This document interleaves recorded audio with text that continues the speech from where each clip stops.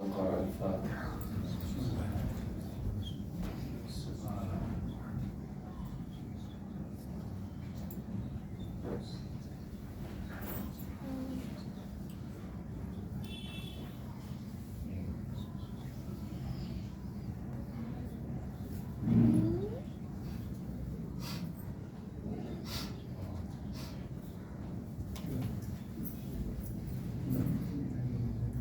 حسبنا الله ونعم الوكيل، نعم المولى ونعم النصير.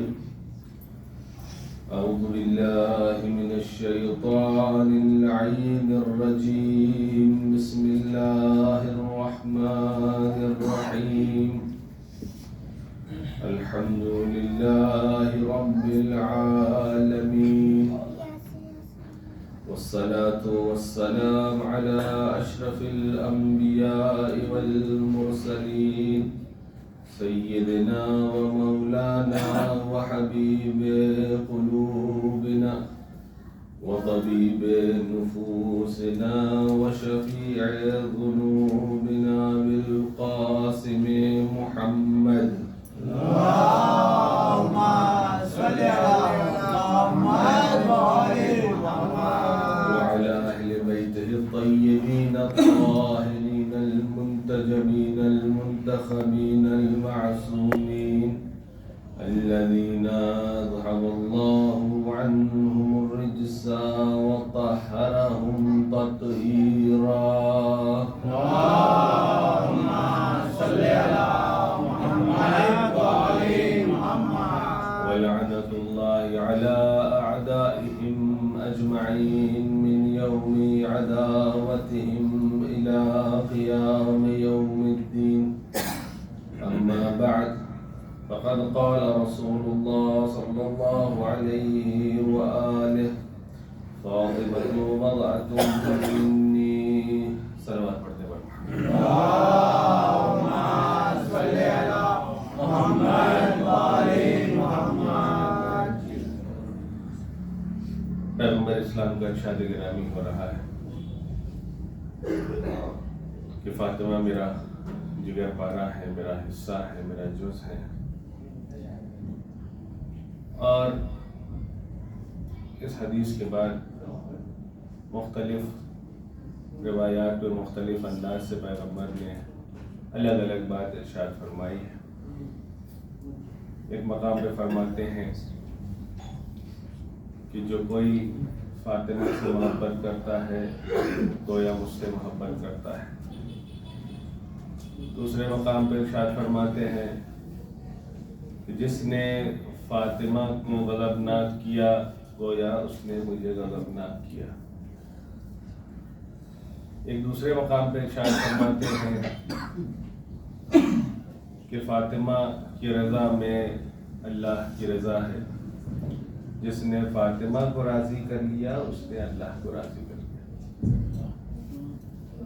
مختلف مقامات پر الگ الگ انداز سے پیغمبر اسلام جناب فاطمہ کو لوگوں کے درمیان میں پہچانوانا چاہتے ہیں اور پہچانوا رہے ہیں. آج جس موضوع کو اور جس زاویے کو مجھے آپ کے سامنے بیان کرنا ہے وہ جناب فاطمہ کی ولادت سے متعلق ہے اور آپ کے اس مخصوص انداز کے اوپر متعلق ہے کہ جو کسی اور کو اس عالم انسانیت میں عطا نہیں ہوا. یہاں تک کہ جو اہتمام اللہ نے جناب سیدہ کے لیے کیا ہے وہ خود پیغمبر کے لیے بھی بعض روایتوں کی بنیاد پہ وہ اہتمام نہیں کیا گیا. جو انداز اللہ کا جناب سیدہ کے متعلق ہے اس کا ثانی اس سے ملتا جلتا انداز تاریخ میں کسی دوسرے معصوم کے لیے بھی اہتمام نہیں کیا گیا. عام طور پر جو انبیاء کا سلسلہ رہا ہے، معصومین علیہ السلام کا سلسلہ رہا ہے اور یہ نور محمدی کا سلسلہ رہا ہے، انوار انبیاء کا سلسلہ رہا ہے، اس کا طریقہ کار اللہ نے یہ اپنایا کہ اس نور کو صلب جناب آدم میں رکھا، اور اس کے بعد جیسے جیسے نبوت آگے بڑھتی رہی ویسے ویسے وہ نور ایک نبی کے صلب سے نکل کر دوسرے نبی کے صلب تک پہنچتا رہا۔ یہ ہم زیارتوں میں بھی پڑھتے ہیں، اسلاب الشامخہ والارحام المطہرہ، کہ ہم نے ان انوار کے ذریعے سے اس نور کو صرف اور صرف پاک اور پاکیزہ صلبوں میں رکھا ہے، اور پاک و پاکیزہ رحم کے اندر رکھا ہے۔ یعنی جو اہتمام کیا گیا ہے انبیاء کے لیے، ائمہ کے لیے، معصومین علیہ السلام کے لیے، تو اس اہتمام میں اس چیز کا خیال رکھا گیا ہے کہ کہیں سے کوئی برائی، کہیں سے کوئی رجس ان کے نزدیک نہ آنے پائے۔ اس سلسلے کو اللہ نے شروع سے رکھا تمام انبیاء کے سلسلے سے اور تمام ائمہ کے سلسلے سے، اور یہ نور کا سلسلہ اوپر سے شروع ہوا جناب آدم سے، اور جناب شیش سے ہوتے ہوئے جناب نوح، اور اس کے بعد جناب ابراہیم، اور بنی اسرائیل کے انبیاء کے سلسلے میں یہ نور جناب اسحاق میں منتقل ہوا، اور آخری نبی حضرت محمد صلی اللہ علیہ وسلم آپ کا نور مبارک جناب ابراہیم کے بعد جناب اسماعیل کی طرف منتقل ہو گیا، اور یہ سلسلہ چلتے چلتے جناب ہاشم و جناب عبد المطلب، اور اس کے بعد جب اگلے مرحلے پر پہنچا تو اس نور کے دو حصے ہوئے، ایک جناب عبداللہ کے پاس ان کے صلب میں گیا، اور دوسرا نور جناب ابو طالب کے صلب میں۔ اسی لیے پیغمبر فرماتے ہیں کہ انا وعلی من نور واحد، کہ میں اور علی ایک نور کے دو حصے ہیں۔ یہ نور دو حصوں میں تقسیم ہوا، اور اس کے بعد جناب عبداللہ کے پیغمبر کی شکل میں یہ نور نے ظہور پیدا کیا، اور جناب ابو طالب کے ہاں اس نور نے جناب امیر المومنین کی شکل میں ظہور پیدا کیا۔ اب سوال یہ ہے، یہ جو سلسلہ جناب آدم سے شروع ہوا اور جناب خاتم و جناب امیر المومنین تک پہنچا، تو اس درمیان میں جناب فاطمہ کا نور کہاں تھا؟ جناب فاطمہ کا نور کہاں تھا؟ جناب فاطمہ کے نور کو اللہ نے اپنے پاس رکھا تھا، بلکہ روایت میں ہے،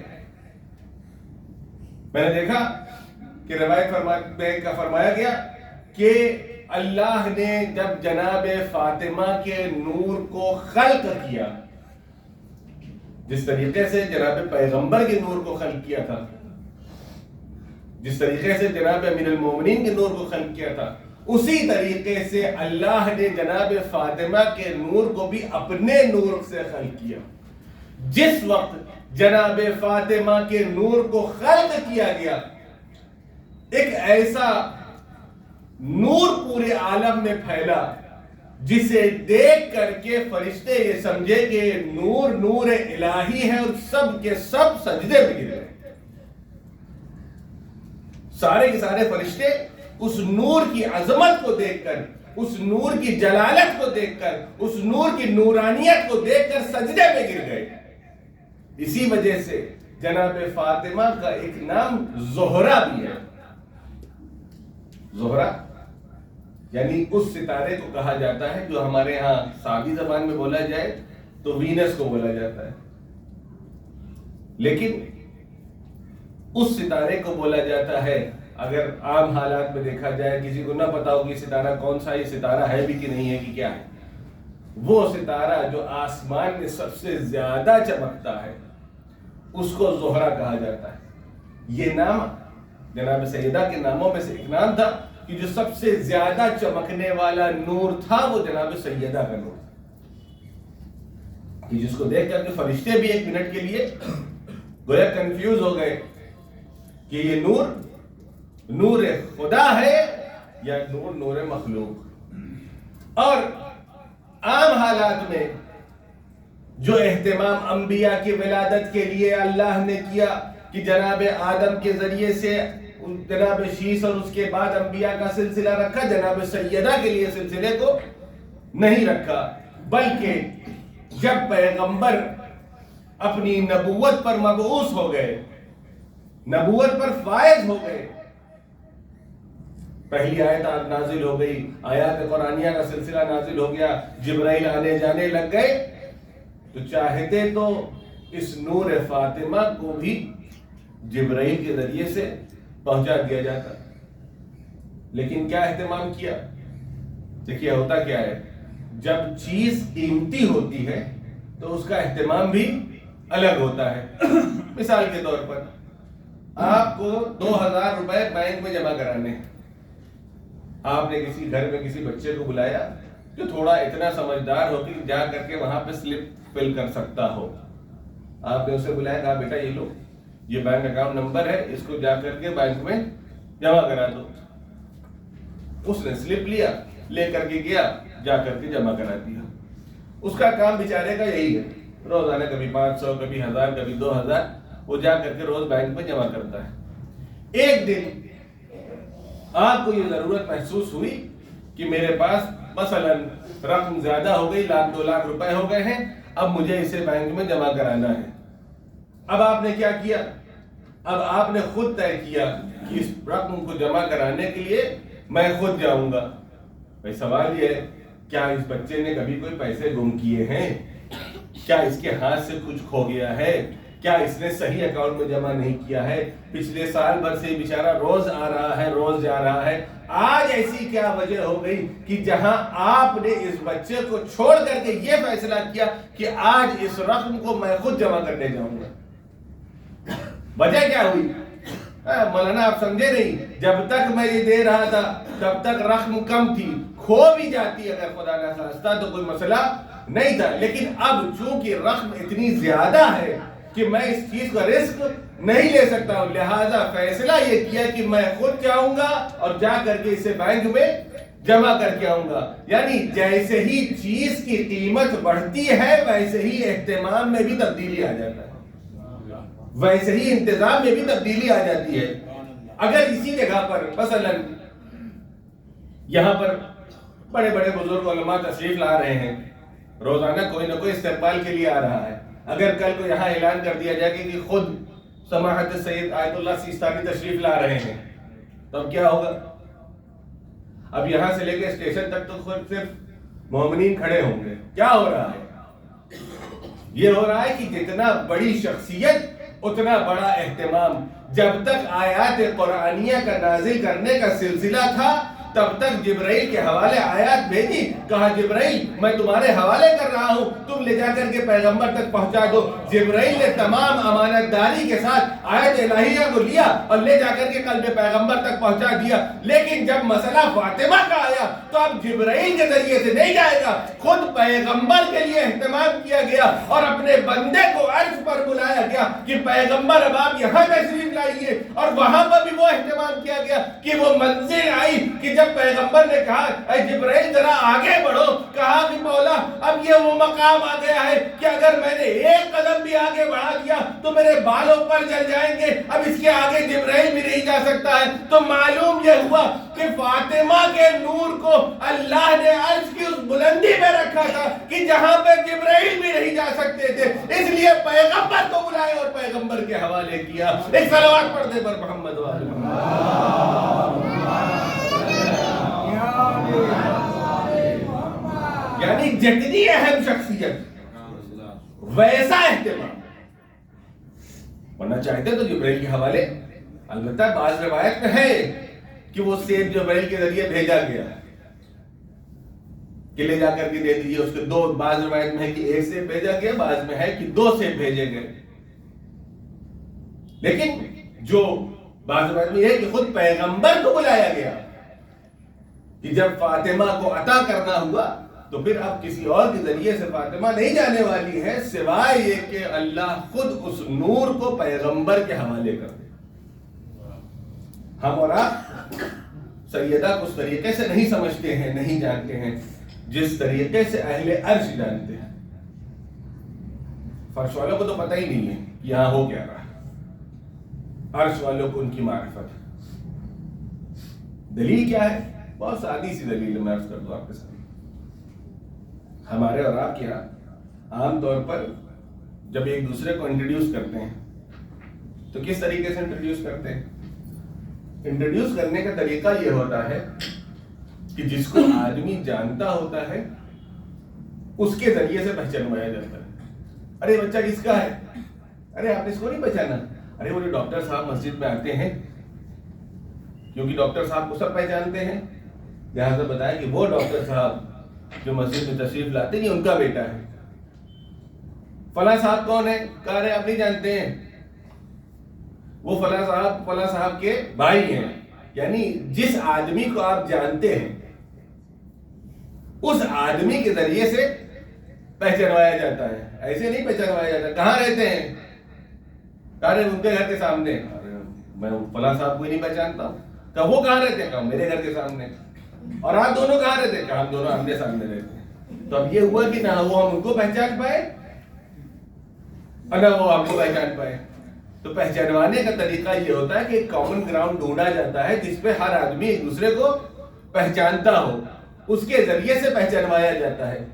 ممکن ہے کہ کبھی باپ بڑی شخصیت ہو جائے، کبھی بیٹا بڑی شخصیت ہو جائے۔ بیٹا ڈاکٹر بن گیا، کسی صاحب کو دیکھا کہ یہ کون صاحب ہے، آج پہلی مرتبہ دیکھ رہے ہیں، کہہ رہے آپ نے پہچانا نہیں، یہ ڈاکٹر صاحب کے والد ہیں، یہ وکیل صاحب کے ابا ہیں، یہ انجینئر صاحب کے ابا ہیں۔ یہی طریقہ ہے، جس کو لوگ زیادہ پہچانتے ہیں اس کے ذریعے سے پہچانوایا جاتا ہے۔ جس کو نہیں جانتے ہیں تو اس کا مطلب یہ پہلے تو انہیں کو نہیں جانتے تھے، اب ایک صاحب اور ہو گئے ہیں، اب دونوں کو نہیں جانتے۔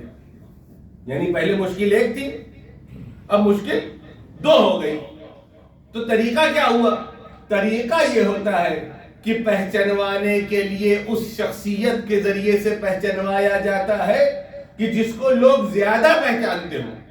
کبھی کم جانی مانی شخصیت کو کبھی زیادہ جانی مانی شخصیت کے ذریعے سے پہچانوایا نہیں جاتا ہے۔ ہمیشہ یہ ہوتا ہے کہ جس کو سب پہچانتے ہیں اس کے ذریعے سے پہچانوایا جائے تاکہ آسانی سے بات سمجھ میں آ جائے۔ اب آئیے، ابھی مجلس کی ابتدا میں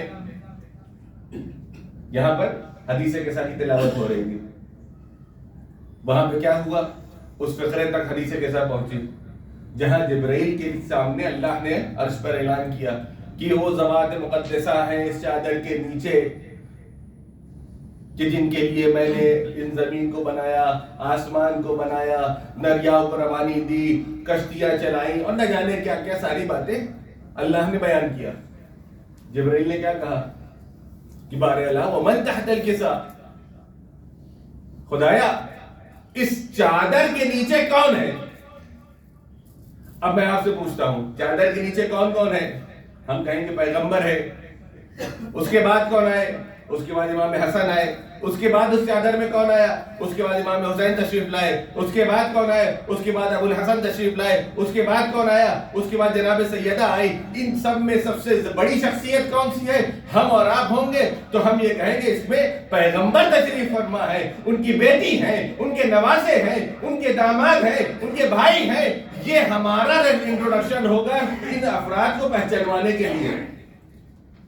کیوں؟ کیونکہ ہماری نگاہ میں سب سے بڑی شخصیت خاتم الانبیاء سید المرسلین حضرت محمد صلی اللہ علیہ وسلم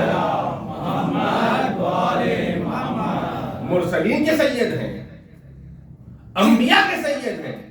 ہمارے اعتبار سے اگر ہم پہچانوانے والے ہوتے تو ہم کہتے کہ یہ پیغمبر ہے، یہ ان کی بیٹی ہے، یہ ان کے نواسے ہیں، یہ ان کے بھائی اور ان کے داماد ہیں۔ یہی طریقہ ہوتا۔ لیکن ذرا اللہ سے پوچھئے کہ اللہ نے کس طریقے سے پہچانوایا؟ کہا ہم فاطمہ و ابوہا و بعلہا و بنوہا، کہ یہ فاطمہ ہے، وہ ان کے بابا ہیں، وہ ان کے شوہر ہیں، وہ ان کے بچے ہیں۔ میں کہوں گا بارے الہ، یہ طریقہ کیا ہوا کہ جہاں پہ پیغمبر موجود ہے وہاں فاطمہ کے ذریعے سے پہچانوایا جا رہا ہے؟ تو عجب نہیں آواز قدرت آئے کہ تم نے پہچانا نہیں۔ زمین پہ لوگ فاطمہ کو پیغمبر کے ذریعے سے پہچانتے ہیں، لیکن عرش کے فرشتے پیغمبر کو بھی لوگ فاطمہ کے ذریعے سے پہچانتے ہیں۔ ایک صلوات پڑھ دے پر محمد والے۔ اللہم صلی علی محمد محمد وآل محمد. جہاں پہ لوگ جس کو زیادہ پہچانتے ہیں اسی کے ذریعے سے تو انٹروڈیوس کیا جاتا ہے. زمین پر ہم کیا کریں, میں نے کل بھی عرض کیا تھا کہ ہمیں یہ لگتا ہے کہ جناب سیدہ کی شان جناب پیغمبر کی وجہ سے ہے, لیکن اس فقرے نے, اس کلام الہی نے اس بات کو غلط ثابت کر دیا, بلکہ یہ کہا کہ اگر عرش پہ بھی دیکھنا ہے کہ پیغمبر کو کیسے پہچانوایا جاتا ہے, کیسے پہچانا جاتا ہے, تو دیکھو کہ فاطمہ کے ذریعے سے پہچانا جاتا ہے. معمولی شخصیت جناب سیدہ کی نہیں ہے. ہم سمجھتے ہیں کہ ہمارے جیسے ایک خاتون تھی, تاریخ میں بڑا ظلم ہوا, اس دنیا سے چلی گئی. نہیں, ان کی ذات اتنی بابرکت تھی, اس کو اللہ نے کوثر سے تعبیر کیا, یعنی خیر کثیر, جس کا خیر تا قیام قیامت ختم ہونے والا نہیں ہے. اور چند باتیں میں آج عرض کرنا چاہتا ہوں جو جناب سیدہ سے متعلق ہے, اور تاریخ نے ہمیشہ کوشش یہ کی ہے اور مورخین نے کہ جب کسی کی عظمت کو بیان کرنا ہوتا ہے, کسی آدمی کے ٹیلنٹ کو بیان کرنا ہوتا ہے کہ کتنا پڑھا لکھا ہے, کتنا قابل ہے, کتنا اونچا آدمی ہے, تو اس کے دو طریقے ہوتے ہیں. ایک طریقہ یہ ہے کہ واقعاً وہ انسان صاحب کمال ہو, اس کے اندر وہ صلاحیت ہو, اس کے اندر وہ کیلیبر پایا جاتا ہو کہ جو جس کے کسی دوسرے کے اندر وہ کمال نہ پایا جاتا ہو. دوسرا طریقہ کیا ہے؟ دوسرا طریقہ یہ ہے کہ کسی ایسے کے ساتھ اس کا مقابلہ کرا دیا جائے جو صاحب کمال ہے, یعنی جس کے ساتھ کمپیر کیا جائے تو یہ کہا جائے اس کے ساتھ کمپیر کیا جائے تو اس کا مطلب ہے کہ اس کے جیسا ہوگا, تاکہ یہ ہو کہ بھائی جس کے ساتھ کمپیریزن ہو رہا ہے یہ اس دوڑ میں ہے, تبھی تو اس کے ساتھ بولا جا رہا ہے کہ مثلا فلاں چیز ایسی ہے, وإلا اس کے برابری میں کوئی چیز نہیں آ سکتی ہے. مثال کے طور پر یہاں پر اگر میں کروں آپ کے سامنے, چھوٹے بچوں کے لیے مثال عرض کر رہا ہوں تاکہ بچوں کو آسانی سے سمجھ میں آ جائے.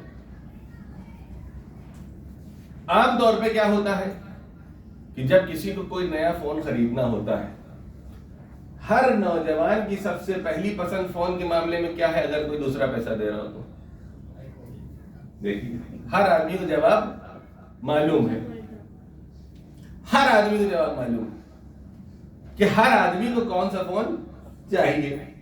اب اگر ویسا فون نہیں مل پا رہا ہے, افورڈ نہیں کر پا رہا ہے, یا مارکیٹ میں ختم ہو گیا, یا جو بھی مصیبت آ گئی, اب ہمارے پاس اتنے پیسے تھے نہیں, ہم نے کیا کیا کہ ہم گئے 20-25 ہزار کا ایک چھوٹا سا فون خریدا, اور خرید کے لانے کے بعد ہم نے کیا کیا, بجائے اس کے کہ ہم یہ کہیں, دو طریقہ ہے, یا تو یہ کہیں کہ ہم افورڈ کر سکتے تھے اور نہیں خریدا, یا تو یہ کہیں کہ بیکار فون ہے, بلا وجہ لاکھ روپے ہم خرچ کریں ایسے فون کے لیے کہ جو کسی چیز سے کنیکٹ نہیں ہوتا ہے, ڈیٹا ٹرانسفر کرنا ہے تو اس میں 50 مگز ماری ہے, اب اس میں آپ کو ایئر فون لگانا ہے تو جائیے ایئرپورٹ خریدیے, اور دوسرا چیز خریدنا ہے تو چارجر تک تو دیتے نہیں. دیکھیے 25 ہزار میں چارجر اور کان میں لگانے کے لیے الگ سے دیا ہے, ساری خصوصیت اس میں.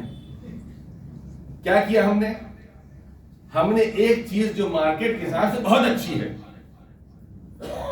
یا تو وہ کمالات اس کے اندر ظاہر سی باتیں نہیں پائے جاتے ہیں, لیکن چونکہ ہمیں یہ بیان کرنا ہے کہ یہ بھی اتنا ہی اچھا ہے بلکہ اس سے زیادہ اچھا ہے, تو ہم نے کیا کیا, ہم نے ان خصوصیات کو بیان کرنا شروع کیا کہ جو اس کے اندر نہیں ہے, یا وہ نقائص بیان کرنے شروع کیے. ارے وہ ایپل کا ایک ایکو سسٹم ہوتا ہے, اب آپ ایک مرتبہ آپ نے یہ خرید لیا تو پھر اب آپ کو ایپل واچ خریدنا ہے, اب آپ نے واچ خرید لیا تو اب آپ آئی پیڈ خرید لیا, آئی پیڈ خرید لیا تو میک بک خرید لیا, میک بک خرید لیا تو نہ جانے کیا خریدیے.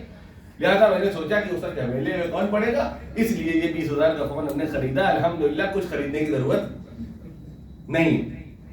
کیا کیا ہم نے, ایک مرتبہ یا تو اس کی عظمت بیان کیا کہ اس میں ہم کو یہ بھی ملا اور وہ بھی ملا اور یہ بھی دیا, اور اس میں گارنٹی بھی دیا, خراب ہو جائے گا تو یہ واپس کریں گے, ادھر سے دوسرا لے لیں گے. اور دوسری طرف اس کے اندر برائی نکالنا شروع کیا. یہ دو طریقہ ہے. آپ انسانوں کو بھی اگر آپ دیکھیں تو یہی طریقہ ہے. جناب امیر المومنین علی بن ابی طالب علیہ السلام کے دور میں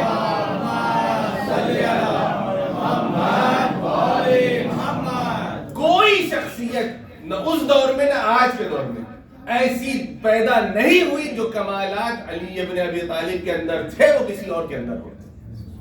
لیکن کیا ہوا؟ تاریخ نے کہا ارے علی اور معاویہ کا مسئلہ چل رہا ہے. اتنی مرتبہ ان دونوں افراد کا نام ساتھ میں لیا تاریخ نے کہ خود امیر المومنین نے یہ فرمایا کہ زمانے نے مجھے اتنا گرایا کہ کہنے لگے علی و معاویہ. یعنی آپ یہ سمجھ لیجئے کہ اگر کوئی چائنیز فون آ جائے بازار میں اور یہ کہا جانے لگے کہ ارے یہ چائنیز فون اور مثلا وہ آئی فون دونوں برابر ہیں، یعنی اب ہر مرتبہ نام دونوں کا ساتھ میں آنے لگے. بالکل یہی حالت ہے کہ ایک مرتبہ مثال کے طور پر جو یونیورسٹی کا سب سے قابل پروفیسر ہے وہ اور جو یونیورسٹی کا واچ مین ہے وہ، یہ دونوں کا بار بار پہ مقایسہ ہونے لگے. اور مثال کے طور پہ دونوں آدمی کسی الیکشن میں کھڑے ہو جائیں، مثلا یونین کے الیکشن میں، اور الیکشن میں جب کھڑے ہو جائیں گے تو ظاہر سی بات ہے صبح شام نام آئے گا. اور اس کے بعد خود اس پروفیسر کے اوپر کیا گزرے گی، وہ کہے گا کہ میں پوری یونیورسٹی کا ڈین اور میرے ساتھ نام لیا جاتا ہے واچ مین صاحب کا، جنہوں نے 10ویں بھی بڑی مشکل سے پاس کیا. تقریباً یہی کیفیت امیر المومنین کی کہ آدمی برداشت نہ کر پائے کہ کہاں وہ جو ممبر کے اوپر بیٹھ کر کے دعوی سلونی کر رہا ہے، کہاں وہ جس کے پاس کوئی آ جاتا ہے تو کہتا ہے مجھے اس کے بارے میں نہیں پتا. تاریخ نے مسلسل یہ کیا ہے کہ جہاں پر یہ دیکھا کہ اس شخصیت کے اندر اگر کوئی نقص نہیں پایا جاتا ہے تو یہ نقص دوسرے کے اندر یا پیدا کر دیا جائے یا اس کا مقابلہ ان کے ساتھ کر دیا جائے. یہی تقریباً واقع جناب سیدہ کے گھر والوں کے ساتھ بھی ہوا. آپ نے دو شخصیت کے بارے میں آج میں ذکر کروں گا. ایک شخصیت خود والدہ گرامی جناب سیدہ جناب خدیجہ الکبریٰ،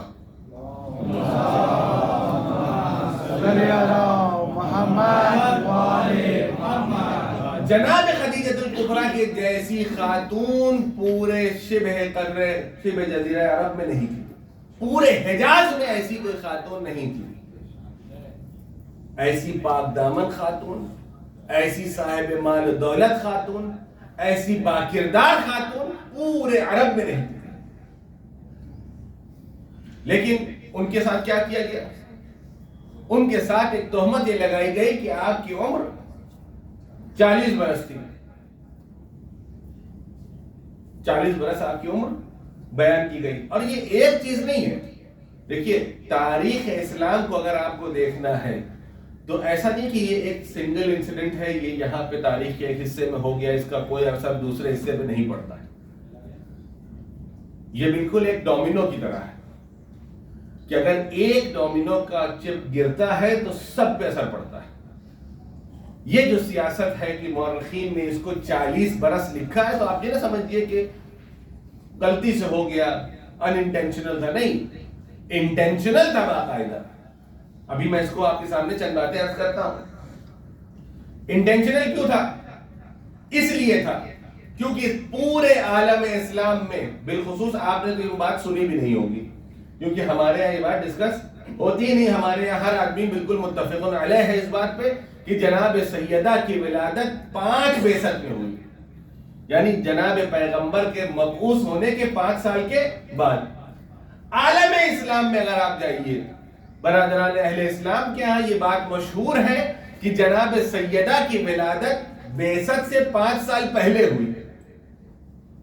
یعنی 5 سال، یعنی بجائے اس کے کہ یہ کہا جاتا 5 بعثت میں جناب سیدہ کی ولادت ہوئی، یہ کہا جاتا ہے کہ بعثت سے 5 سال پہلے جناب سیدہ کی ولادت ہوئی. یعنی ایک حساب سے شہادت کے وقت جو ہمارے یہاں مشہور ہے کہ آپ کی عمر 18 سال تھی، ان کے یہاں مشہور ہے کہ آپ کی عمر 28 سال تھی.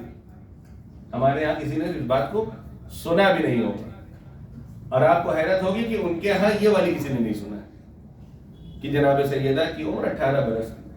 اس کی وجہ کیا ہے؟ تو جناب سیدہ کی 18 سال عمر کے بجائے 28 سال ماننے کی، اس کے لیے آپ یہ دیکھیے کیلکولیشنز دیکھیے. خالی سب سے پہلا شبہ شروع ہوا کہ جناب سیدہ جناب خدیجہ کی عمر 40 برس تھی اور جناب پیغمبر کی عمر 25 برس تھی. یعنی اگر آپ یہ کہتے ہیں کہ جناب سیدہ کی ولادت 5 بعثت میں ہوئی، اس حساب سے یعنی پیغمبر کی شادی کے 20 سال کے بعد، اس وقت پیغمبر کی عمر ہے 25 میں شادی ہوئی، تو 20 سال کے بعد کتنی عمر ہو گئی؟ 45. اب جناب خدیجہ کی عمر کتنی تھی؟ 40. تو جب ولادت ہوئی تو جناب خدیجہ کی عمر کتنی ہوئی؟ 60. اب یہ مورخین کہتے ہیں چونکہ 60 سال میں پاسبل نہیں ہے کہ کسی کے یہاں ولادت ہو سکے، لہذا ایسا لگتا ہے کہ بجائے اس کے کہ یہاں پہ آپ کی ولادت بعد از بعثت تھی، یہاں پہ قبل از بعثت تھی. 5 سال قبل از بعثت. اب 5 سال قبل از بعثت کا مطلب یہ ہے کہ پیغمبر کی عمر ہوئی 35 برس، جناب خدیجہ کی عمر ہوئی 50 برس. اب یہ پاسبل دکھائی دیتا ہے کہ ہاں 50 سال کی خاتون کے گھر میں ولادت ہو سکتی ہے. یہ ایک شبہے نے اس تمام چیزوں کے اوپر پانی پھیر دیا. کیا وجہ تھی؟ کہا سب سے پہلا شبہ کہ یہاں سے ایج بڑھایا تو ادھر سے ولادت پہلے لے آئے. کیوں پہلے لے کر کے آئے؟ اس لیے پہلے لے کر کے آئے تاکہ جو ان کے یہاں یہ بات پائی جاتی ہے کہ 3 بیٹیاں اور تھیں، وہ سب کے سب بعثت سے پہلے کی تھی، تو ایک کو کیسے برداشت کر لیتے کہ بعثت کے بعد کی. لہذا ان کو بھی صرف لے کر کے آیا جائے تاکہ کمالات میں کوئی فرق نہ رہ جائے. پھر یہ کہا جائے ایک صاحب وہ تھے کہ جن کے ساتھ 2 بیٹیوں کی شادی کی گئی، اور ایک صاحب وہ تھے جن کے ساتھ 1 بیٹی کی شادی کی گئی. ظاہر سی بات ہے کہ 2 1 سے زیادہ ہوتا ہے. تو ایسا نہیں ہے کہ وہ بیوقوف ہے. ہر چیز بہت ہی حساب کتاب شدہ ہوتا ہے، ہر چیز کیلکولیٹڈ ہوتا ہے. ہمارے یہاں بھی اس بات کو اتنا زیادہ مشہور کر دیا گیا کہ جناب خدیجہ کی عمر 40 برس تھی 40 برس تھی کہ ہمارے یہاں بھی تقریباً یہ باتیں رائج ہو گئی ہیں. اب سوال یہ کہ یہ کون بیٹھا تھا جناب پیغمبر کے گھر میں جو آ کر کے جناب خدیجہ کا برتھ سرٹیفکیٹ چیک کر رہا تھا کہ یہ کب پیدا ہوئی؟ کیونکہ اس زمانے میں جناب پیغمبر نبوت تک فائز نہیں ہوئے تھے، وہ مکے کے ایک عام آدمی کی طرح تھے. اب اگر گھر میں کوئی پیدا ہوا ہے تو یہ وہی بتا سکتا ہے کہ جو گھر والا ہو. بھئی گھر میں کیا ہو؟ پہلے زمانے میں کیا ہوتا تھا؟ بزرگان یہاں موجود ہیں، بہت آسانی سے بات پہنچ جائے گی. ابھی بھی ایک بڑا اچھا انسیڈنٹ ہوا ہے جس کی وجہ سے میں اس مثال کو دوبارہ سرچ کروں گا تو بچوں کو بھی سمجھ میں آ جائے گا. اب پہلے زمانے میں جب کسی سے پوچھئے کہ آپ کی ڈیٹ آف برتھ کیا ہے، آپ کس سال میں پیدا ہوئے ہیں، تو جو بزرگ خواتین آج بھی اگر آپ کے گھر میں مولا ان کو سلامت رکھے ہوں گی تو ان سے آپ پوچھئے گا تو کہیں ارے اس سال جو ہے وہ فلاں کی شادی تھی، بس ان کی شادی میں گئے تھے، ادھر بارات نکلی، ادھر ان کے ولادت ہوئی. اس سال جو ہے باڑھ آ گئی تھی، گھر کی چھت اڑ گئی تھی اور نہ جانے کہاں کیا مصیبت آ گئی تھی، بس اسی سال فلاں کی ولادت ہوئی. یعنی کوئی نہ کوئی ایک میجر انسیڈنٹ ہوتا تھا جس کی وجہ سے اس سے 1-2 سال آگے پیچھے کسی کی شادی ہو گئی، کسی کا انتقال ہو گیا کہ ان کے 40ویں میں گئے تھے کہ وہاں ولادت ہو گئی اور ان کا ولادت ہوئی، یہاں ان کا انتقال ہو گیا. اس طریقے سے تاریخیں یاد ہیں. ہمارے یہاں بھی ہمارے جو بزرگ ہیں ان سے جب کبھی پوچھ لیجیے تو اسی طریقے کا ایڈریس ملتا ہے. اور اسی لیے آج بھی ہندوستان میں جب کیونکہ ڈیٹ آف برتھ کا ٹرینڈ نہیں تھا، ہمارے یہاں کی اکثر پاپولیشن 1 جنوری کو پیدا ہوئی کاغذ پہ. ہر آدمی کیا ہوا، ارے کہاں جا رہے ہیں، کہاں جا رہے ہیں، ذرا بازار سبزی لینے کے لیے، ارے رستے میں ذرا ان کا نام لکھوا دیجیے گا. اب اسکول میں اب پہنچ گئے اسکول، نام تو خیر جو بھی گھر میں پکارا جاتا تھا وہ لکھوا دیا، اب پوچھا کہ ڈیٹ آف برتھ، ارے 1 جنوری لکھ دیجیے، ہو گئی، نہ کوئی پوچھنے والا نہ کوئی بتانے والا۔ 1 جنوری نہ جانے کتنے گھروں میں ہوں گے، آپ خود جا کے دیکھیے گا کہ پرانے لوگ جو ہیں اکثر 1 جنوری کو پیدا ہوتے ہیں، اور لکھوا دیا گیا۔ اب آئیے اس دور میں کہ جہاں پر جناب خدیجہ کا دور ہے کہ جب باہر والے اگر کوئی بڑی شخصیت ہو تو اس کے گھر میں اگر ولادت ہو تو ہر آدمی جانتا ہے کہ کب ہوئی۔ امام حسین کے سلسلے میں کوئی اختلاف نہیں ہے، امام حسن کے سلسلے میں کوئی اختلاف نہیں ہے۔ کیوں نہیں ہے؟ کیونکہ پیغمبر کے نواسے اتنی بڑی شخصیت کی گھر میں ولادت ہوئی ہے، پورے عالم اسلام کو خبر ہے کہ کب ولادت ہوئی۔ لیکن اگر ایک معمولی آدمی گھر میں ولادت ہو تو اس کا طریقہ یہی ہوتا تھا اس زمانے میں۔ آج بھی اگر آپ دیکھیے، آج ہم لوگ کیا کہتے ہیں، ہمارے یہاں 2 طریقہ استعمال ہونے لگا، بالکل جیسے اس زمانے میں ہوتا تھا نا، بعثت سے پہلے، ہجرت سے پہلے اور ہجرت کے بعد۔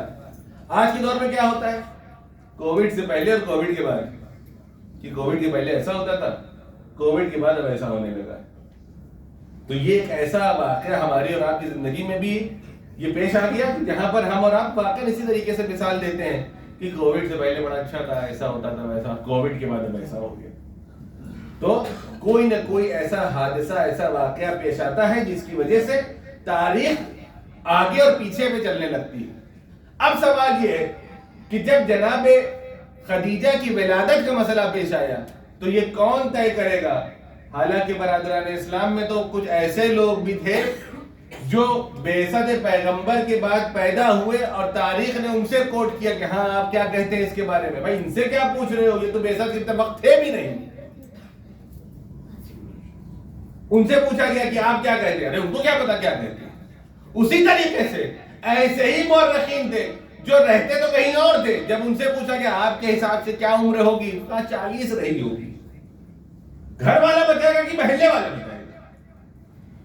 جب ابن عباس سے پوچھا گیا، جناب عباس سے، پیغمبر کے چچا سے، کسی نے آ کر کے کہا کہ اہل مدینہ اس بارے میں بات کر رہے ہیں کہ جناب خدیجہ کی عمر جس وقت پیغمبر کے ساتھ ان کی شادی ہوئی اس وقت 40 برس تھی۔ جناب عباس پیغمبر کے چچا غضبناک ہو گئے، غصے میں آ گئے۔ آپ نے کہا یہ کون کہتا ہے کہ جناب خدیجہ کی عمر 40 برس تھی؟ جناب خدیجہ میں اور جناب پیغمبر میں صرف 3 برس کا فرق تھا۔ جناب پیغمبر کی عمر 25 سال تھی، جناب خدیجہ کی عمر 28 سال۔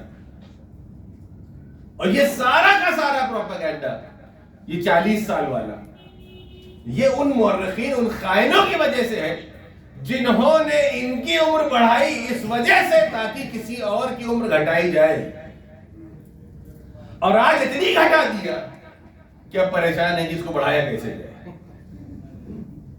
اب دنیا بھر میں آپ دیکھ لیجیے کس کس طریقے کی باتیں ہوتی ہیں، پیغمبر کی شان میں گستاخیاں ہوتی ہیں، کیا کیا نہیں بولا جا رہا۔ جو لوگ سوشل میڈیا پہ ہیں وہ زیادہ بہتر سمجھتے ہیں، کیوں؟ کسی ایک کی حماقت کی وجہ سے۔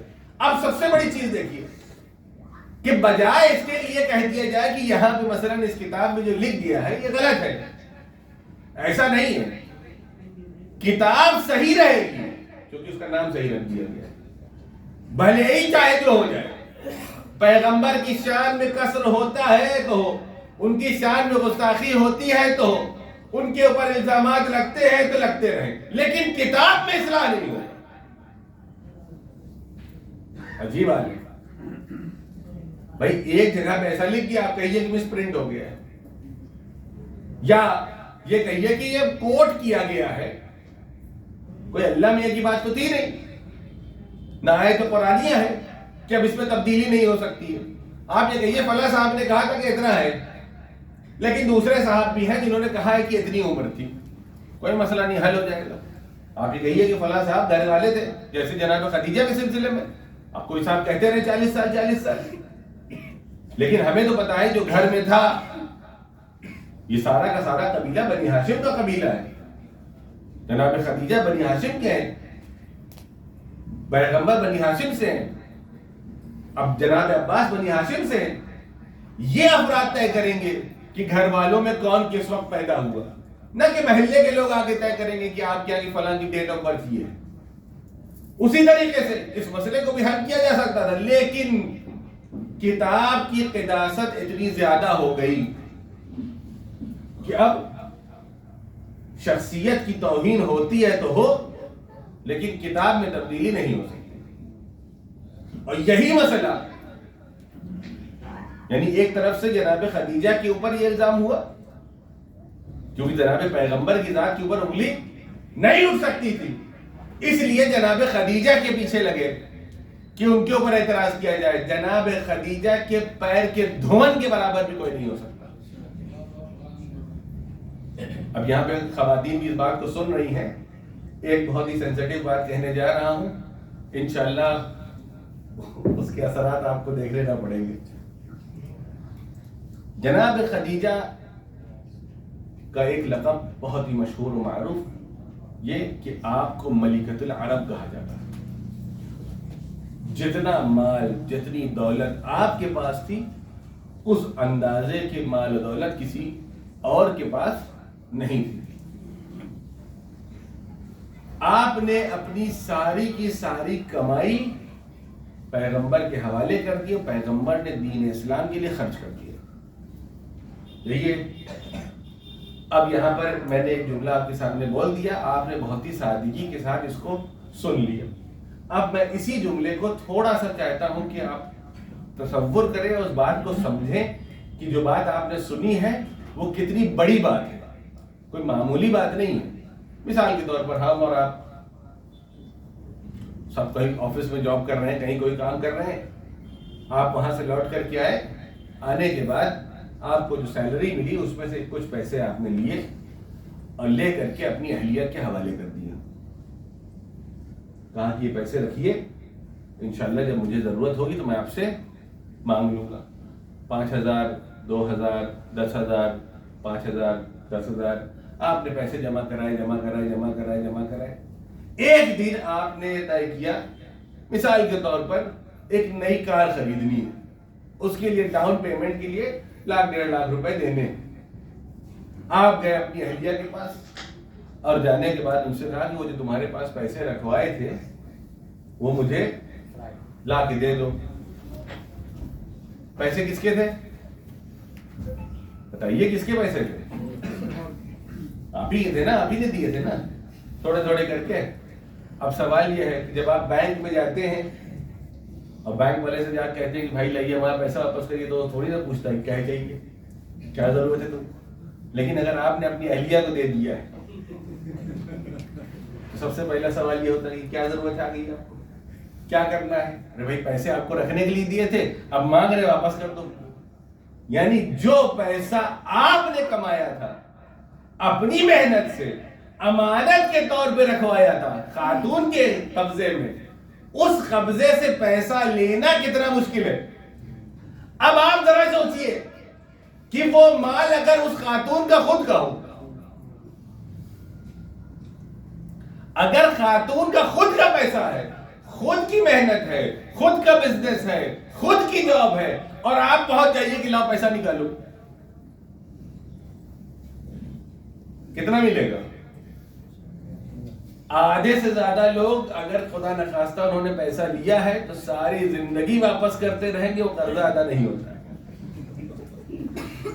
اب آپ ذرا اس بات کو سمجھیے، یہ واقعی ہم لوگ بہت ہی لائٹ مومنٹ ہے، سب مسکرا رہے ہیں، لیکن آپ اس چیز کی سینسیٹیوٹی کو سمجھیے کہ جہاں پر مال خاتون کا ہے وہ لا کر کے اپنی تمام دولت کو پیغمبر کے حوالے کر دے اور یہ کہہ دے کہ یا رسول اللہ یہ مال آپ کا ہے، جیسے چاہے خرچ کریں۔ ایسی خاتون کا نام خدیجہ ہے کہ جہاں پر لا کر کے اپنا مال، کمایا ہوا مال لا کر کے دے دے اور کہہ دے یا رسول اللہ جہاں چاہے آپ اسے خرچ کریں۔ اللہ اکبر۔ نہ جانے کتنے غلام، کتنے کنیزیں گھر میں ہیں۔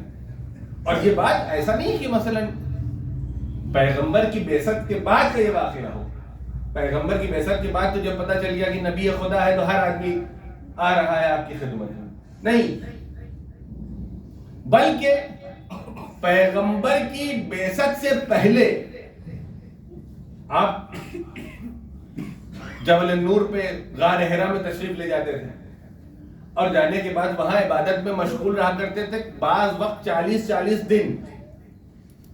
جو لوگ حج پر گئے ہیں, جو لوگ عمرے پر گئے ہیں, انہوں نے جا کر کے اس جبل النور کو دیکھا. تقریباً 2500 فٹ کی اونچائی ہے وہ.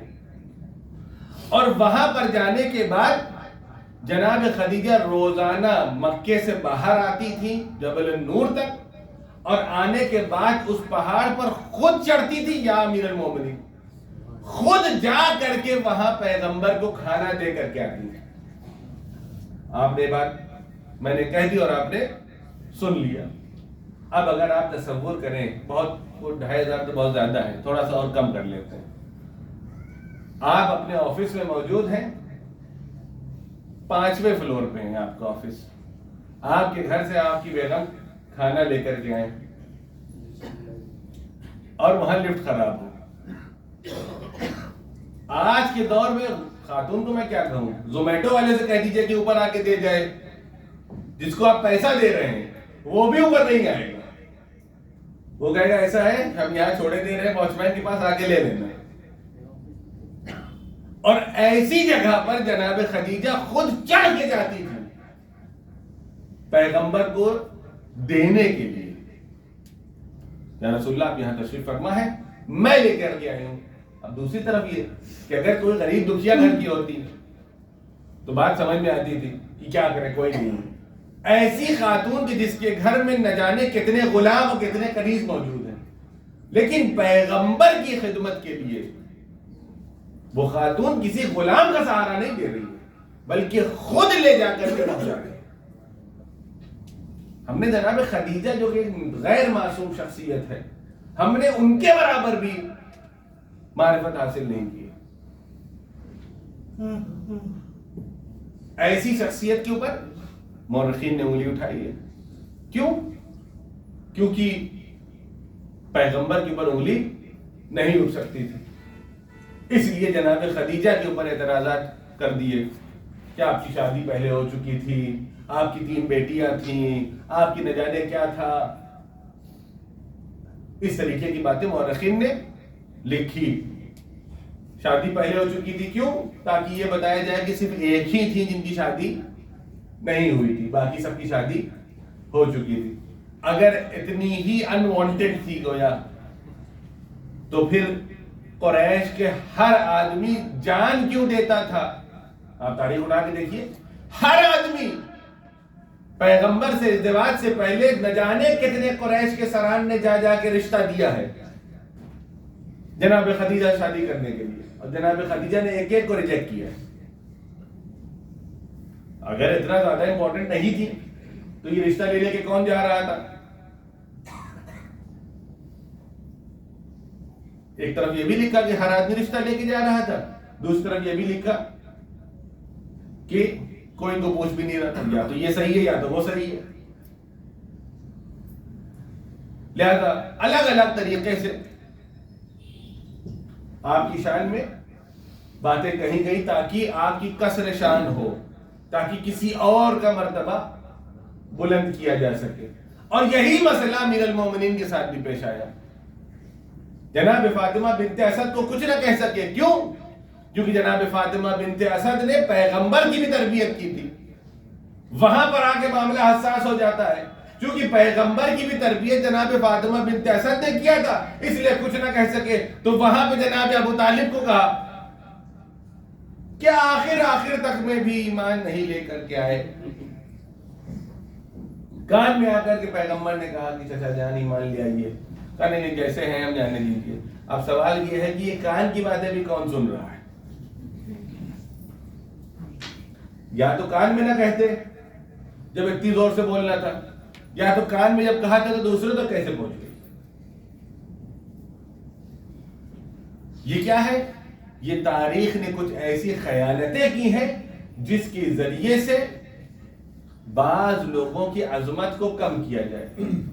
کیوں؟ کیونکہ ان کے علاوہ جو حضرات تھے ان کے آباء و اجداد کے ساتھ ان کا کفر اتنا زیادہ علی الاعلان تھا کہ کسی دلیل کی ضرورت نہیں تھی، لہذا کچھ ایسا بھی کیا جائے کہ جہاں پر یہ اعتراض بھی ادھر بھی آ جائے۔ اب یہ بتائیے، اس کا بہت اچھا جواب جو میں نے اپنے استاد سے سنا کہ جناب ابو طالب ایمان کب لائے، ایمان ابو طالب کے اوپر۔ میں نے پوچھا کہ کیا واقعا ایسا کچھ ہے کہ جناب ابو طالب کی ایمان کے سلسلے میں؟ تو انہوں نے ایک جواب دیا مجھے، کہنے سید یہ بتائیے کہ آپ کب ایمان لے کے آئے؟ یہ کیسا سوال ہے؟ نے کہا کہ ہم تو صاحبان ایمان کے گھرانے میں پیدا ہوئے ہیں، تو ہم کیوں ایمان لے کر کے آئیں؟ کہا کہ یہ لوگ تو ان سے جا کے پوچھئے کہ جو صاحبان ایمان کے گھر میں پیدا ہوئے، جن کو گود میں پالا، ان کے اوپر ایمان لانے والے کو صاحب ایمان کہا جاتا ہے، اس کے ایمان کے بارے میں لوگ سند ڈھونڈ رہے تاریخ میں۔ یہ کہا جائے کہ مثلا یہ مچھلی نے تیرنا کب شروع کیا، اس کو سکھایا کس نے تیرنا؟ آپ جا کے تاریخ میں ڈھونڈ رہے ہیں کہ مچھلی کو تیرنا کب سکھایا گیا؟ مچھلی کو کوئی تیرنا نہیں سکھاتا ہے، مچھلی تیرتی ہوئی پیدا ہوتی ہے۔ اسی طریقے سے جو صاحب ایمان شروع سے ہوتا ہے، اس کی تاریخ میں کبھی آپ کو یہ نہ ملے گا کہ فلاں وقت ایمان لے کر کے آئے، بلکہ اس کی تاریخ میں ملے گا کہ جو کبھی اس بت کے سامنے سر جھکاتا ہے، کبھی اس بت کے سامنے سر جھکاتا ہے، جب وہ منزل آتی ہے کہ جب ایمان سے روبرو ہوا تو ایمان لے آیا، تو اس کی تاریخ میں تو ملے گا کہ کب ایمان لائے، ان کی تاریخ میں کبھی نہ ملے گا کہ ایمان کب لائے۔ ایک صلوات پڑھ دے پر محمد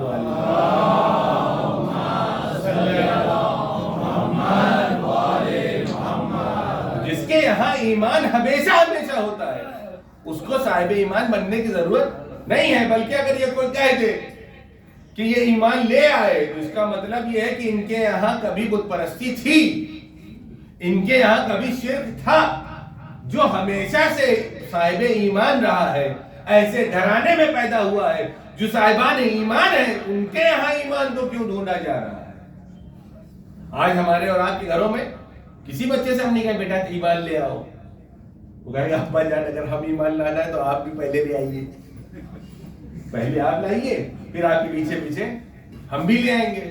نہیں، ہمارے یہاں یہ سوال ہی پیدا نہیں ہوتا کہ الحمدللہ ہم سب کے سب صاحبان ایمان ہیں، ہم پیدا ہوتے ہیں تو ہمارے کانوں میں اذان دی جاتی ہے، اشہد ان لا الہ الا اللہ، اشہد ان محمد رسول اللہ، اشہد ان علی ولی اللہ۔ ہم صاحبان ایمان پیدا ہی ہوتے ہیں،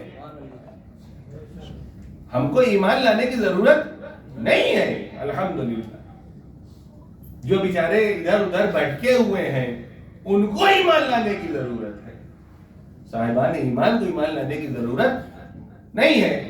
اگلی بار اگر آپ سے کوئی پوچھے تو پہلے اسی کو پوچھ لیجئے گا کہ آپ کب لائے، جب وہ اپنا بتائے گا تو پھر ان کا بھی بتا دیجیے گا۔ یہ وہ خیانتیں ہیں جو تاریخ میں اہل بیت کے لیے کی گئی ہیں۔ جب کسی دوسرے کی عظمت کو بڑھانا ہوتا ہے تو اہل بیت کی عظمت کو گرایا جاتا ہے، ہر جگہ ہر مسئلے میں ان کے فضائل کو کم کیا جائے، ان کے اندر خرابیاں بے وجہ گڑھی جائے، تاکہ کسی اور کی خرابی کے اوپر جب انگلیاں اٹھے تو ہم یہ کہیں کہ دیکھو ان کے اندر بھی تو پائی جاتی ہے۔ اس طریقے کے نہ جانے کتنے واقعات تاریخ میں ملتے ہیں۔ جمعے کی نماز کو بدھ کے دن پڑھا دیا، کیوں؟ کیونکہ ہوش میں ہی نہیں تھے۔ آج کے دور میں اسے کہا جائے شاید کسی سفر پہ جانا تھا تو کہا ہے یہ پڑھ لیجئے، فرائیڈے کو ہم بزی ہیں۔ یہ کیا ہو رہا ہے؟ یہ وہ چیزیں ہیں جس کے ذریعے سے وہ خرابیاں پیدا کی جا رہی ہیں، اور بعض لوگوں نے اس چیز کی تہمت خود پیغمبر کی طرف بھی دی، نعوذ باللہ، بھول گئے، کہا کہ ہم کیا بول گئے، خود پیغمبر بھول گئے تھے، نعوذ باللہ۔ اس طریقے کے واقعات کو تاریخ میں لکھے گئے تاکہ ہر وہ خراب کام جو ان کے بعد والوں نے کیا ہے اس کو جسٹیفائی کیا جا سکے۔ ایک میں آخری مثال عرض کر دوں اور آپ کی ذہن تمام۔ 2000 2014 کی بات ہے، 2013-14 کی بات ہے میرا. میں مدینے میں موجود تھا، عمرے کے سلسلے سے گیا تھا، وہاں پر درس ہو رہا تھا. اس دن میں نے یہ دیکھا کہ کس طریقے سے پرانے زمانے میں جو حکام ہوتے تھے، جو حاکم ہوتا تھا، جو بادشاہ ہوتے تھے، اس کے کام کو جسٹیفائی کیا جاتا تھا. وہاں پر مسجد نبوی میں ایک صاحب درس دے رہے تھے، ممبر پہ بیٹھے ہوئے، پاکستان کے ظاہراً ان کی زبان سے پنجابی معلوم دے رہے تھے، اور انہوں نے کہا کہ یہ مسئلہ آیا ہوا ہے، میں اس مسئلے کو آپ کے سامنے پڑھ دیتا ہوں، اس کا جواب بھی دے دیتا ہوں. کسی نے مسئلہ لکھ کے بھیجا کہ حضور یہ بتائیے کہ ہم نے دیکھا ہے کہ رائل فیملی کے کچھ لوگ جب مسجد نبی میں آتے ہیں یا مسجد الحرام میں جاتے ہیں تو جوتا پہن کے آتے ہیں، یہاں تک کہ خانہ کعبہ کے اندر بھی جوتا پہن کے چلے جاتے ہیں اور وہی جوتا پہنے نماز پڑھ جاتے ہیں. بتائیے کیا حکم ہے اس کا؟ آپ نے ایک مسئلہ بیان کیا، کہا کہ فلاں کتاب میں یہ لکھا ہوا ہے کہ ایک دن پیغمبر اسلام مسجد نبی کے اندر آ رہے تھے، آپ نے چپل کو باہر اتارا اور اتارنے کے بعد مصلی پر تشریف لائے، اقامہ کیے کہا اور اس کے بعد نماز کو شروع کر دیا. اصحاب آپ کے پیچھے پیچھے تھے، انہوں نے بھی پیغمبر کو دیکھتے ہوئے چپل کو باہر اتارا اور پیچھے کھڑے ہو گئے، نماز پڑھنے لگے. جب نماز ختم ہو گئی تو پیغمبر نے پلٹ کے دیکھا کہ جتنے بھی اصحاب آئے تھے انہوں نے سب نے اپنی چپلیں باہر اتار دی. تو پیغمبر نے سوال کیا، یہ بتائیے کہ آپ نے اپنی چپلوں کو باہر کیوں اتار دیا؟ کہا کہ یا رسول اللہ، ہم نے دیکھا کہ آپ نے اپنے جوتے کو باہر اتارا تھا، لہذا ہم نے بھی اپنے شوز کو باہر نکال دیا. تو پیغمبر نے کہا کہ چونکہ میرا جوتا گندا ہو گیا تھا اس وجہ سے میں نے اسے باہر اتار دیا. اس سے یہ نتیجہ نکلتا ہے کہ اگر آپ کا جوتا صاف ستھرا ہے تو آپ کہیں بھی گھس جائیے اور جا کر کے نماز پڑھ لیجئے. یہ نتیجہ نکلا. اب سوال یہ ہے کہ کیا پیغمبر کا جوتا ہمیشہ گندا رہتا تھا؟ ایک مرتبہ اترا تھا نا، کم سے کم کوئی ایک جھوٹی روایت صحیح یہ تو دکھاتے کہ ایک مرتبہ پیغمبر نے جوتے پہن کے نماز ادا کی. یہ کوئی روایت ہے جس کے ذریعے سے آپ نے حکم الہی ثابت کر دیا؟ یہ کیا ہو رہا ہے؟ یہ اس زمانے میں جو ہوتا تھا وہی اس زمانے میں ہو رہا ہے. اس زمانے میں خلیفہ پیسہ دے کر کے کام کرواتا تھا، آج کے زمانے میں الحمدللہ ایسے مفت میں بیٹھے ہوئے ہیں کہ جن کو پیسے بھی نہیں ملتے ہیں لیکن دفاع کرنے کے لیے کچھ بھی کرتے ہیں. ایسی تہمتیں جو اس زمانے میں لگائی جاتی تھی وہی کام آج بھی ہو رہا ہے کہ بعض لوگوں کی خوشنودی کے لیے کہ بادشاہ سلامت بہت خوش رہے، ہم پیغمبر کی ذات کے اوپر بھی الزام لگانے کے لیے تیار ہیں. آج بھی مسئلہ ہے.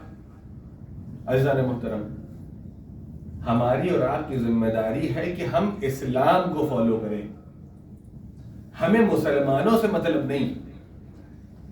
مسلمان اسلام نہیں، مسلمان کلچر اور مذہب اور علاقے کے اعتبار سے بدلتا رہتا ہے. ہمارے یہاں مثال کے طور پر، بس میں اپنی بات کو سمیٹ رہا ہوں، ہمارے یہاں مثلا دلہن کا جوڑا جو ہے وہ لال ہوتا ہے. آپ مڈل ایسٹ میں چلے جائیے، وہاں دلہن کا جوڑا سفید ہوتا ہے. ہم یہ کہیں کہ چونکہ ایران میں بھی سفید ہوتا ہے لہذا ہم اپنے یہاں بھی سفید پہنا دیں، آدھے سے زیادہ لوگوں کو گھر سے باہر نکال دیا جائے گا کہ نئی دلہن کو سفید پہنانے کی بات کر رہے ہیں. کیوں؟ کیونکہ ہمارے یہاں کلچرلی ایکسیپٹیبل نہیں ہے. لہذا ہمیں یہ دیکھنا ہے کہ اسلام ہمیں اجازت دیتا ہے کہ نہیں دیتا ہے، کلچر ہمارا اجازت دیتا ہے کہ نہیں دیتا ہے. ہر کام جو ایران اور عراق میں ہو رہا ہے واجب نہیں کہ بالکل صحیح ہو رہا ہے. ہم کو یہ دیکھنا ہے کہ اسلام کیا کہہ رہا ہے.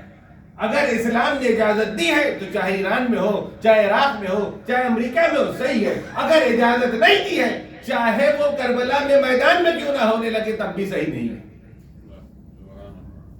اب وہاں پہ ڈھول تاشے بجتے ہیں تو کیا وہ صحیح ہے؟ تمام مراجع کہتے صحیح نہیں، لیکن کون سنتا ہے ان کی؟ ہم یہ کہتے ہیں کہ ہم مولا کی سنیں گے. ارے آپ مولانا کی نہیں سن رہے تو مولا کیا سنیں گے؟ یہ جو مولانا حضرات ہوتے ہیں یہ اسی لیے ہوتے ہیں آپ کی پریکٹس ہو جائے، نیٹ پریکٹس کے لیے، کہ جب مولا آئیں گے یہاں تو بیچارہ آدھے زیادہ مولانا تو بول بھی نہیں پاتے ہیں کہ سامنے والے کو بیچارے کو کہیں ناراض نہ ہو جائے، تو اس کو اتنا ہی بتاتے جتنے وہ ابھی خوش رہے، ورنہ کیا ہوگا، ہر جو مرج ہوگا۔ لہذا انسان کو چاہیے کہ وہ دیکھے کہ اسلام کیا کہہ رہا ہے، اب اس کے مزاج کے خلاف ہو، انسان کے خلاف ہو، کائنات کے خلاف ہو، حکومت کے خلاف ہو، کسی کے خلاف ہو، ہم مسلمان اس لیے ہیں کیونکہ ہم اسلام کو مانتے ہیں، اور یہ چیز ہم نے خود جناب سیدہ کی سیرت میں دیکھی ہے۔ جناب سیدہ اس اسلام کی دفاع کی سب سے پہلی مجاہدہ ہے۔ جناب سیدہ کے پاس کتنے افراد تھے؟ جب خلافت غصب ہوئی ہے، جناب سیدہ امام حسن اور امام حسین کا ہاتھ پکڑ کے روز مدینے کی گلیوں میں نکلتی ہیں، اللہ اکبر، روز نکلتی ہیں، دخل باب کرتی ہیں، ہر آس پڑوس کے گھر میں جاتی ہیں،